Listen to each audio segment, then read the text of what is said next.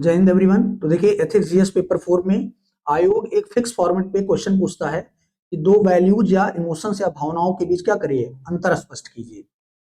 तो देखिए यदि शॉर्ट आंसर में पूछा है 125 वर्ड में, तो इसमें क्या करना है आपको, और यदि आपका कमांड हो, ग्रिप हो, तो आप क्या करिए, दो लाइन खींचिए, एक तरफ सब्जेक्ट को रखिए, जैसे एक तरफ हो गया वॉइस ऑफ कॉन्शियंस, अंतरात्मा की आवाज, एक तरफ हो गया लॉ। और इसमें जब अंतर आप बताइए तो आप क्या करिए, पहले पहले सबसे पहले यदि आपकी तैयारी अच्छी है तो कोट्स दीजिए दोनों साइड, डेफिनेशन बताइए दोनों का, डेफिनेशन टर्मिनोलॉजी सेंट्रिक होना चाहिए, वोकैबुलरी दीजिए, पूरा सेंटेंस नहीं लिखना है। फिर एग्जांपल लाइए करंट से या हिस्ट्री से, माइथोलॉजी से, एडमिनिस्ट्रेशन से, कहीं से ला सकते हैं। उसके बाद आप फीचर बताइए, विशेषता क्या है इन दोनों की। फीचर के बाद आप बताइए क्या चिंता होती है इससे रिलेटेड, क्या कंसर्न है, चैलेंजेस क्या है, और इसका इम्पैक्ट या सिग्निफिकेंस क्या होता है। तो इस तरीके से 6 से 7 पॉइंट आपके निकल जाएंगे डिफरेंस बताने में, और ये अच्छा फॉर्मेट माना जाता है। बट ये कि आपको आना चाहिए। यदि आपको नहीं पता है अच्छे से, नहीं ज्यादा पॉइंट है, तब आप क्या करिए, पैराग्राफ्स में लिखिए।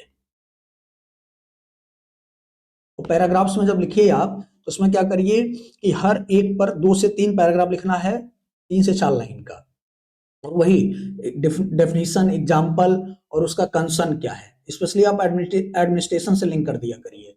लेकिन यदि लॉन्ग आंसर में है तो वहां पर दीर्घ उत्तरी प्रश्न में आप केवल और केवल सेंटेंस में लिखेंगे, इस लाइन को ड्रॉ करके नहीं लिखेंगे। तो देखिए ए है कि वॉइस ऑफ कॉन्शियंस, अंतरात्मा की आवाज, और कानून में अंतर स्पष्ट करना है। तो आप दोनों साइड कोट्स लिख सकते हैं, जैसे गांधी जी का कोट्स है कि यदि अंतरात्मा की आवाज की बात हो तो वहां पर बहुमत का कानून फेल हो जाता है, लागू नहीं होता है, उसका कोई स्थान नहीं होता है। या फिर वो कहते हैं कि यहां पर बहुत सारे न्यायालय हैं जिसमें सर्वोत्तम न्यायालय है अंतरात्मा की आवाज। इसी तरह आप लॉ वाले साइड में डॉक्टर बी आर अम्बेडकर साहब का कोट दे सकते हैं कि कानून किस तरीके से एक राजनीतिक ढांचे की औषधि होती है, मेडिसिन होती है। या फिर मैक्स वेबर का कोट्स, क्योंकि इन्होंने ब्यूरोक्रेसी की जो बात की है उसमें कहा है कि ब्यूरोक्रेट्स क्या होने चाहिए, एडहेरेंस होने चाहिए लॉ को, स्ट्रिक्टली उसको फॉलो करें। तो उनका भी आप कोट दे सकते हैं। उसके बाद जब आप डेफिनेशन पे आएंगे, पहले कोट्स के बाद, तो डेफिनेशन में बताइए कि वॉइस ऑफ कॉन्शियंस क्या है, या गॉड वॉइस है, देववाणी कहते हैं इसे, या प्योर होता है, ठीक है, प्योर वॉइस है, इनर वॉइस है। तो ये क्या होता है कि किसी पर्टिकुलर घटना के संबंध में अंदर से आवाज आती है कि ये सही है या गलत है। कानून क्या होता है, एक external body, judiciary, executive, legislature के द्वारा एक गाइडलाइन फॉर्मुलेट किया जाता है, वो लॉ होता है। एग्जाम्पल में आप लाइए, जैसे विमेन को लेकर के है कि विमेन के कंसर्न को लेकर के जो मोरल सेंसेशन है, उसमें आप एग्जाम्पल दे सकते हैं कि जो एनजीओ या सिविल सोसाइटीज काम करती हैं उनकी बेहतरी के लिए। लेकिन वहीं लेजिस्लेचर द्वारा नारी शक्ति बंधन एक्ट लाया गया, तो ये कानून का एग्जाम्पल हो गया। एग्जाम्पल के बाद आप आ जाइए फीचर्स पे। तो जब आप फीचर्स में आएंगे, विशेषता में, अच्छा एक पॉइंट और आप सोर्स बता सकते हैं, स्रोत क्या है, या आंतरिक होता है, व्यक्तिगत होता है, वॉइस ऑफ कॉन्शियंस, और उसका स्रोत क्या होता है, कॉन्स्टिट्यूशन, लेजिस्लेचर या जुडिशरी। फीचर में आएंगे तो एक फीचर है सार्वभौमिकता। तो देखेंगे अंतरात्मा की आवाज जो है वो सब्जेक्टिव होती है, सार्वभौमिक उपस्थिति है, लेकिन सब्जेक्टिव है, व्यक्तिनिष्ठ है। जबकि जो लॉ होता है वो यूनिफॉर्म होता है, सबके लिए एक जैसा होता है। इसी तरीके से विशेषता में देखेंगे कि वॉइस ऑफ कॉन्शियंस घटना से पहले एक्टिव हो, यदि एक्टिव है तो घटना से पहले काम करता है, और जनरली लॉ जो है वो घटना के बाद एक्टिव होता है। जो सामान्य विशेषता देखेंगे इसकी, वॉइस ऑफ कॉन्शियंस रिजल्ट होता है कि वेल सोशलाइज्ड है कि नहीं, अच्छे से आपका समाजीकरण हुआ है कि नहीं।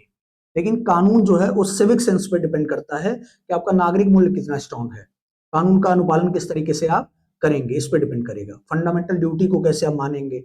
ठीक है, इसमें यदि वायलेशन होता है तो वॉइस ऑफ कॉन्शियंस आपको असहज स्थिति पैदा कर सकती है, अंदर से सैडनेस आ सकती है, आप दुखी हो सकते हैं, गिल्ट में रह सकते हैं। लेकिन कानून का उल्लंघन होगा तो वहां आपको दंड मिलेगा, पनिशमेंट मिलेगा।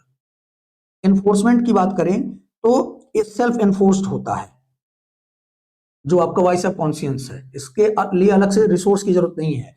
लेकिन कानून को एनफोर्स करने के लिए, लागू करने के लिए बड़ी मशीनरी चाहिए, पुलिस चाहिए, रिसोर्सेस चाहिए।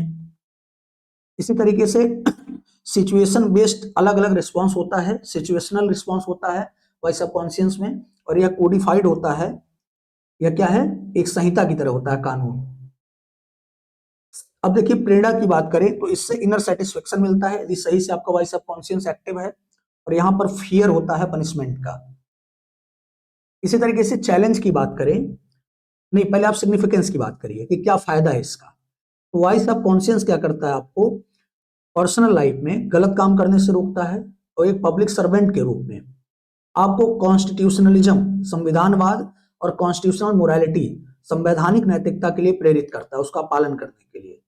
वहीं जो लॉ है, वो लॉ क्या करता है, आपको डिसिप्लिन बनाता है, अनुशासित बनाता है, और आपको किसी भी गलत काम, वहां पर अनैतिक काम से रोकता है, यहाँ पर राइट रॉन्ग की बात है, बियॉन्ड द लॉ, मतलब कानून के परे जाके आप काम नहीं करेंगे। तो आपको किसी भी सजा से बचाता है, किसी भी हानि से स्वयं को बचाता है, और समाज को करप्ट होने से, समाज को मिसलीड होने से बचाता है। चिंता की बात करें तो देखेंगे वॉइस सबकॉन्शियस, जो अंतरात्मा की आवाज है, यह क्या है कि सामान्यतः वॉइस सबकॉन्शियस में हम अपने वॉइस को दिन प्रतिदिन भौतिकवाद, मटेरियलिज्म के कारण, और जो ग्रीड का सेंस बढ़ रहा है, लालच का सेंस बढ़ रहा है, उसके कारण हम इग्नोर करते जा रहे हैं। तो यह इनएक्टिव हो गई है, जनरली क्या है, इनएक्टिव रहती है, सक्रिय नहीं रहता है। तो इसके कारण समाज में समस्याएं उत्पन्न हो रही हैं, और व्यक्तिगत स्तर पर भी हम तनाव का शिकार हो रहे हैं। लॉ की बात करें, लॉ में जो इग्नोरेंस का सेंस आ गया है, लोगों को पता है कि यहाँ पर जो जस्टिस है, लंबा प्रोसेस है इंडिया में, तो लंबा प्रोसेस के कारण देखेंगे महिलाओं के विरुद्ध, महिलाओं की रक्षा के लिए बहुत सारे कानून बने हैं, लेकिन एनसीआर भी बता रहा है कि दिन प्रतिदिन उनके विरुद्ध घटनाएं बढ़ती जा रही हैं। यहाँ पर ये आप एग्जाम्पल भी दे सकते हैं।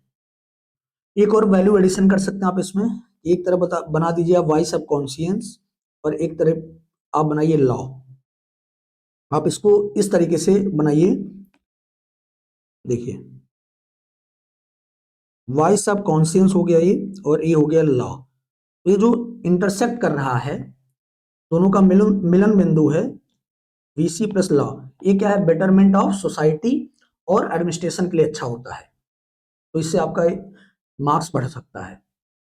बी है भय और कायरता में अंतर बताइए। तो देखिए भय और कायरता बहुत बारीक टॉपिक है, बहुत ही, आप समझ लीजिए इन एक ही कॉइन के दो एस्पेक्ट हैं, एक ही सिक्के के दो पहलू हैं, और दोनों में मतलब डिफरेंस क्रिएट करने के लिए आपके पास अच्छी अंडरस्टैंडिंग होनी चाहिए, डेप्थ होना चाहिए, क्लैरिटी होनी चाहिए, क्लैरिटी होनी चाहिए आपके कॉन्सेप्ट में। तो इसको मैं मान के चलता हूं, यदि आपकी तैयारी नहीं है तो आप पैराग्राफ्स में ही लिखिए, चाहे शॉर्ट आंसर हो या लॉन्ग आंसर हो।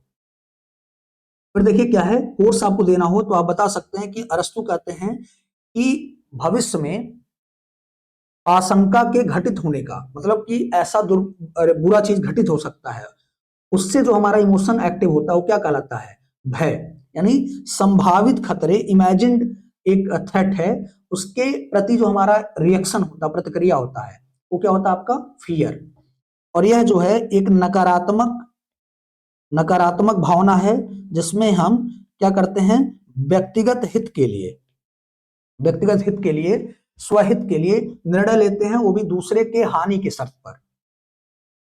इसी तरीके से आप एग्जाम्पल आपको देना हो तो जैसे बता सकते हैं, एग्जाम्पल में हिस्ट्री से लें, मॉडर्न इंडियन हिस्ट्री से, तो फियर देखेंगे आप कि गांधी जी को भी था कि भाई जो औपनिवेशिक सत्ता है, उनके जो कार्यक्रम चलाए जा रहे हैं, उनके द्वारा जो आंदोलन चलाए जा रहे हैं, उस पर प्रतिक्रिया दे सकती है। तो देखिए वो स्ट्रगल, ट्रूस स्ट्रगल, संघर्ष विराम संघर्ष की रणनीति अपनाते हैं, लेकिन भागते नहीं है, पलायनवादी प्रवृत्ति नहीं रखते हैं, और अंततः आजादी तक संघर्ष करते हैं। कॉर्डिस में क्या है, कायरता में क्या है कि देखेंगे जलियांवाला बाग हत्याकांड का दे सकते हैं आप, मास्केयर का, कि वहां पर सबको पता, ब्रिटिश को भी पता है कि ये गलत है, लेकिन उस पर एडमिनिस्ट्रेशन चुप्पी साधे रहता है, साइलेंस साधे रहता है, और एक गलत उस पर क्या करता है, लास्ट में रिजल्ट देता है। उसकी प्रतिक्रिया आप देखिए आगे क्या होता है। ऐसे ही कायरता में क्या है कि आप जब देखते हैं कि बच्चों के प्रति, महिलाओं के प्रति, या किसी वर्ग के प्रति मॉब लिंचिंग का एग्जाम्पल दे सकते हैं, अन्याय हो रहा है फिर भी आप साइलेंट रहते हैं, केवल अपना हित सोच करके, तो वो क्या है, वो कायरता है। और गांधी जी कहते भी हैं, यदि हिंसा और कायरता, वायलेंस और कॉवर्डिस में हमें किसी एक का चुनाव करना हो तो हम हिंसा चुन लेंगे, लेकिन कायरता नहीं, क्योंकि कायरता बहुत बड़ा क्या है, पाप है। यानी ये नेगेटिव एक इमोशन है और एक पाप की तरह है। ठीक है, तो आप ऐसे एग्जांपल दे दीजिए, करंट से भी दे सकते हैं, विसल ब्लोअर का एग्जांपल दे सकते हैं यहाँ पर, या फिर आप कोविड से एग्जांपल पुटअप कर सकते हैं कि कोविड में जितने भी वॉलंटियर थे या जो कार्यकर्ता थे, उनको पता था कि इससे संक्रमण हो सकता है, लेकिन फिर भी बढ़ चढ़ करके मानवता की रक्षा के लिए काम करते हैं। नेचर की बात करें तो देखेंगे फियर क्या होता है, इंस्टिंक्टिव होता है, क्षणिक होता है भय, लेकिन ये क्या है, कैरेक्टर का पार्ट होता है, आपके चरित्र का अभिन्न हिस्सा बन जाता है कायरता, और आपके व्यक्तित्व को प्रभावित करता है।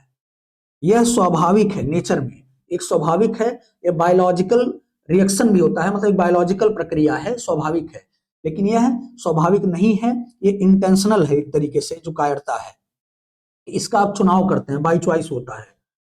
यह नैतिक रूप से तटस्थ होता है, लेकिन यह मोरालिटी के अगेंस्ट होता है कायरता।